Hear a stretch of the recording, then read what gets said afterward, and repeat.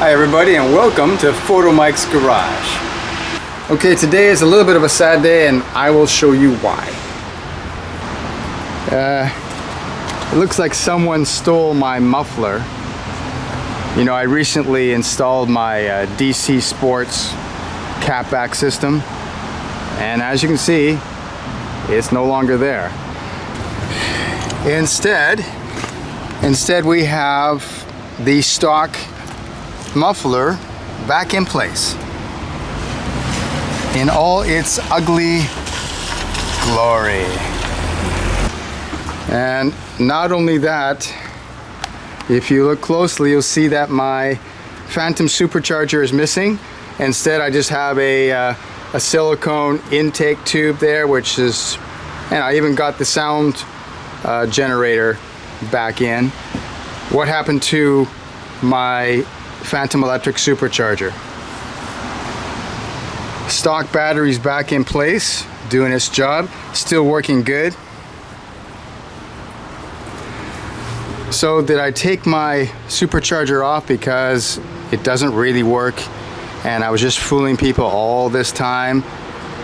Is that why I took it off? Am I finally admitting that it doesn't work? No, what actually happened is that my Odyssey battery, my Odyssey starter battery failed. The two other batteries that run the phantom supercharger, they're still fine.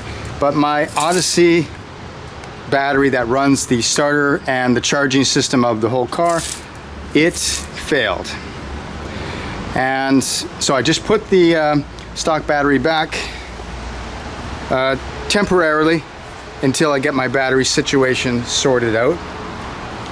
And as you can see over here, I've taken off my DC Sports catback system after only about 2 weeks.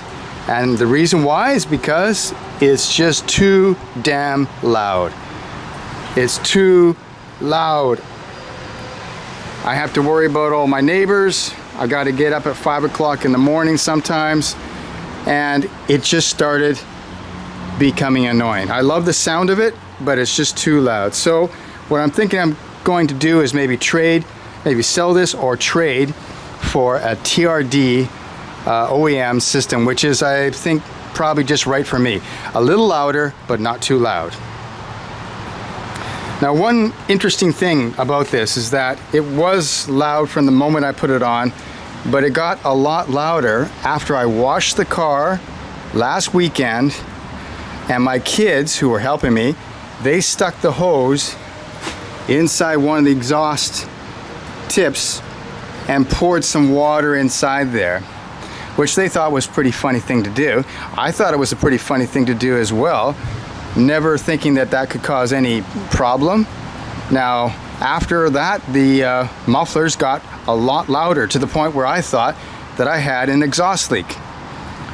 I checked the car, no exhaust leak, and it still was making a large amount of noise, which unfortunately I did not get a sound clip of, but it was really loud. And so I took off the system, put the old system back on. Now I'm not sure what to do. Now, so is it possible that putting water inside these mufflers could have caused a problem? Is there a fiberglass matting that's inside the canisters here that has been damaged or compromised by the excessive amounts of water? Like, well, normally exhaust systems have water in them, so you would think that it would be built to handle that. So yeah, I don't know what happened. All I know is that I had to take it off. It was too loud. So that's disappointing. And as for the supercharger, it's still working good. I just have to get a new battery. After my battery failed, I did a little bit of research and I found out that the Odyssey PC680, it's a great little battery if you have a motorcycle or maybe a snowmobile. This is not really rated for a automotive application. Now, it can do it, but it's under a lot of stress. And other people have had Odyssey PC680s that have lasted 2 years or up to 5 years. This one lasted, I think, about 4 months. That's unacceptable. My previous PC680 lasted a year and a half, which was almost acceptable, but this, I got a problem. I believe it's been sulfated, and that can happen because these batteries are so lightweight and yet powerful because they have very thin sheets of lead with very little space in between them.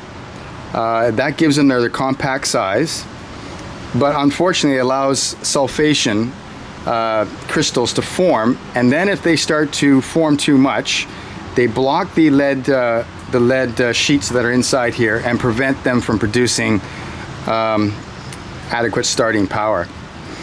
Now the sulfation of a battery can happen if it never gets a deep recharge. Basically, this car sits and then drives for around 3 hours with stop and go traffic all the time, a lot of idling, and I believe it's not getting a deep enough recharge, so it is sulfating. So my solution is either to get a new PC680 and try and deep charge it once in a while with a auxiliary charger, try and take better care of the battery, or I can try to fit in a larger compact battery. Not a full-size battery, but a larger compact battery. There's another thing that can happen to batteries as well.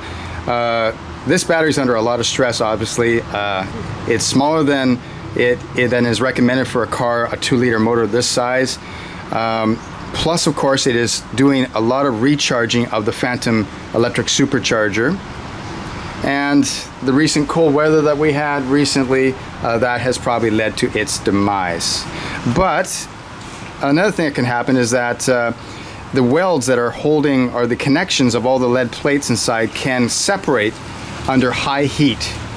And then you have very little voltage at all, and that causes a problem. But then when the battery cools down, the lead plates touch each other again, showing that you have almost a full charge. That could be happening as well. So this battery reads right now, after being recharged, at 12.51 volts, which is a little bit low. You want something at 100% recharge, you want something at 12.6 volts.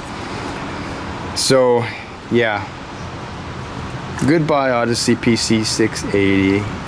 I'm going to miss you. Look how small you are. You did a good job while you were alive. And this cost me, in Canada, $180 locally. That's quite a bit of money, but I may have to put out even more. So the two batteries that I'm thinking of replacing my Odyssey PC680 with is either a Deka ETX 30L or the Odyssey PC1200. The Odyssey PC1200 is a great battery. It's a lot more capacity, a lot closer to what would be recommended as a regular battery for this car. The actual recommended on the Odyssey site for this car as a starter battery is the PC1400.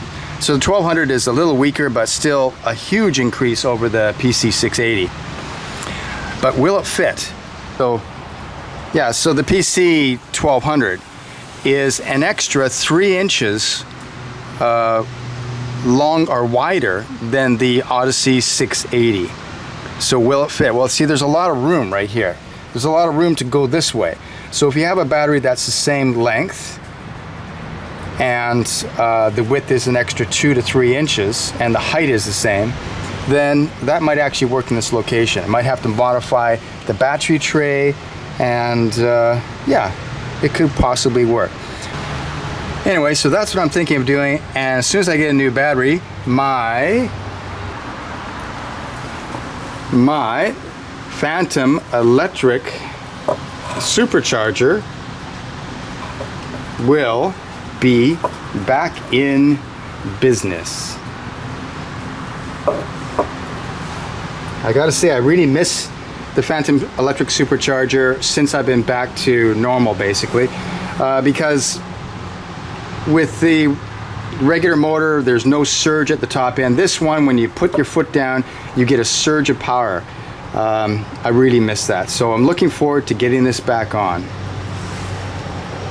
Now, of course, there is one other option that people have mentioned in the comments on my previous videos, that I could always just, I could either relocate the PC680, another PC680 in the cabin, like underneath the seat, which would keep it cooler because heat is part of what has caused the damage to this.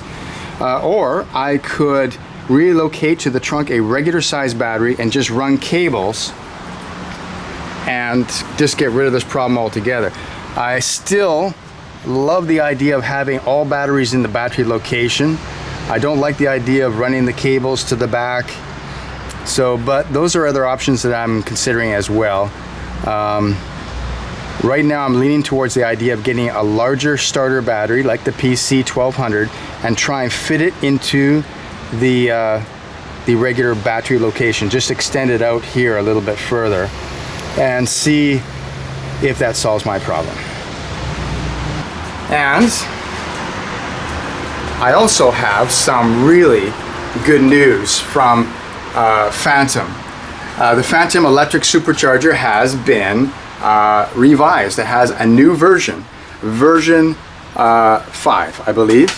And this one is an upgraded motor, a 5,000 watt capable motor.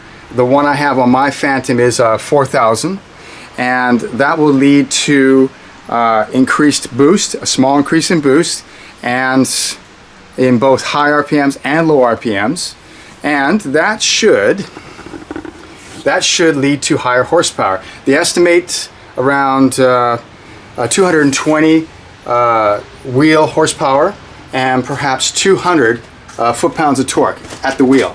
That is a 20 horsepower increase over what mine is rated at, and perhaps a 20 foot-pounds extra torque as well. That should make quite a difference.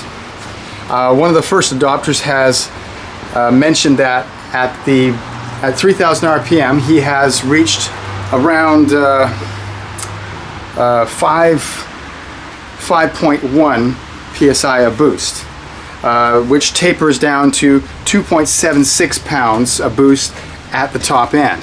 That is, especially at the top end, that's a difference.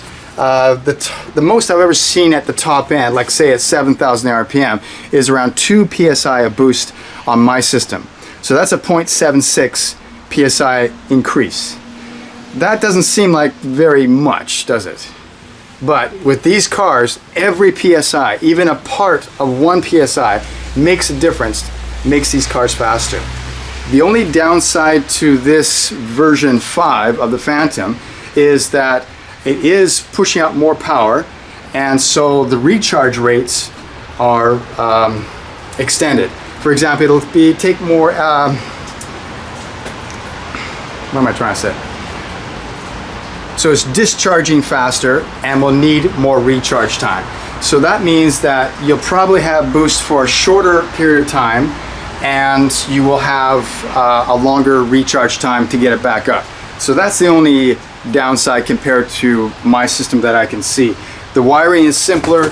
The rest of the system is still very much the same, and the price is, I think, about the same. The good news is that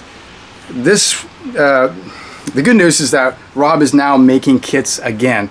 Some people have been on the waiting list for 2 years. I waited 6 months to get my Phantom electric supercharger, and now the waiting list will go down faster now that the new version is out. And I just thought this is exciting news. It's possible that instead of waiting for 2 years, as I said in an earlier video, that you might have to wait for a Phantom electric supercharger, now you might have to wait only about 6 to 8 months. That's possible. I can't guarantee that, but it could happen. So that means that more people are going to be able to get the Phantom electric supercharger in the future with even more power than my version. So if you're interested in the Phantom electric supercharger, it is possible to get one. Get your name on the list. Go to ft86.com, get on the forums there, and get yourself on the list. And maybe soon you will have a Phantom electric supercharger too.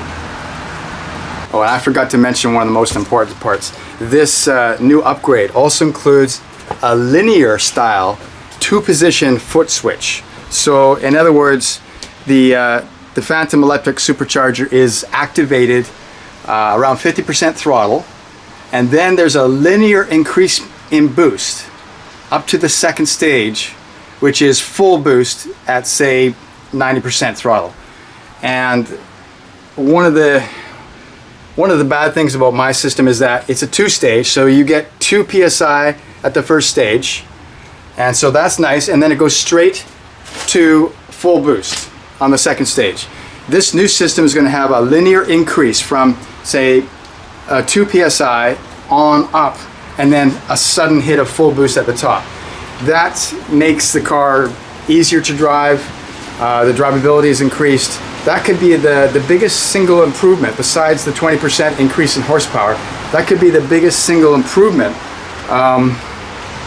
that this new kit is going to offer. So yeah, I'd say this is a definite viable option for people that want a on-the-street solution to give more power to these cars.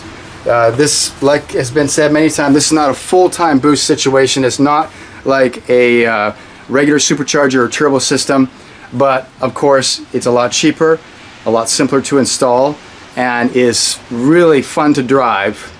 I know myself because I've got one. It's really fun to drive on the street and gives you that boost just when you need it, and the new kit is going to do that even better job of doing that. So yeah, it's definitely exciting times for electric superchargers.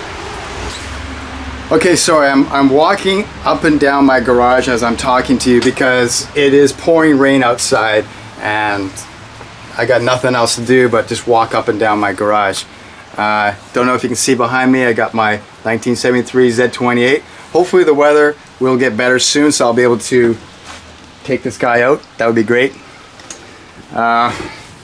And of course, I have my Porsche 1979 911 SC with a turbo flare kit and the whale tail and a cab top. This is a great car. Again, I need some good weather to drive this one.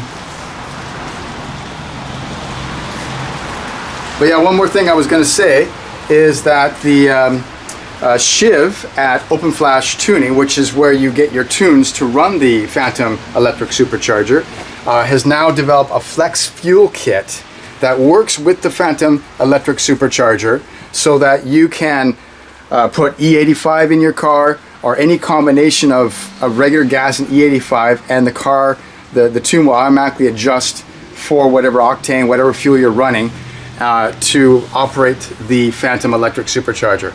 And I hear the kit's not too expensive. It's available from Open Flash Tuning for the 86 platform, and that's great news too. To finally have flex fuel kits available that work with the Phantom electric supercharger is a big step forward, and it's going to make a lot of people really happy. And they're going to be happy because with E85, the new version 5 Phantom electric supercharger should produce around, could be up to 250 wheel horsepower. That's pretty impressive. Anyway, I'm just about finished walking up and down my garage about 10 times here talking to you, but I'm going to get my supercharger back installed after I get my new batteries, and I'm going to take the car to a dyno to finally get a stock dyno done on my car, as well as a dyno with the Phantom electric supercharger. I'm also, I want to take my FRS out to Mission Dragway and maybe take it down the strip and see what kind of quarter miles this car does. I know it's not really a drag racing type of car, but I would be very interested to see what kind of times this actually can put down with 200 horsepower at the wheel and maybe 180 foot-pounds of torque at the wheel. It should do high 13 seconds. Is that asking too much? I don't know. But anyway, I'd like to find out, and we'll see what it will do. Anyway, thanks for watching Photomikes Garage. I will see you next time. Please like and subscribe if you like my videos, because I got more coming.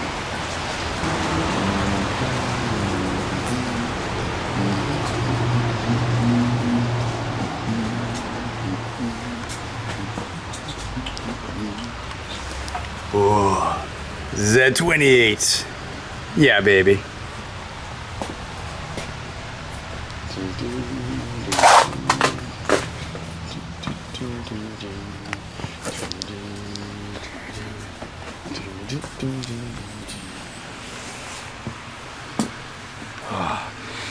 I can't wait for summer.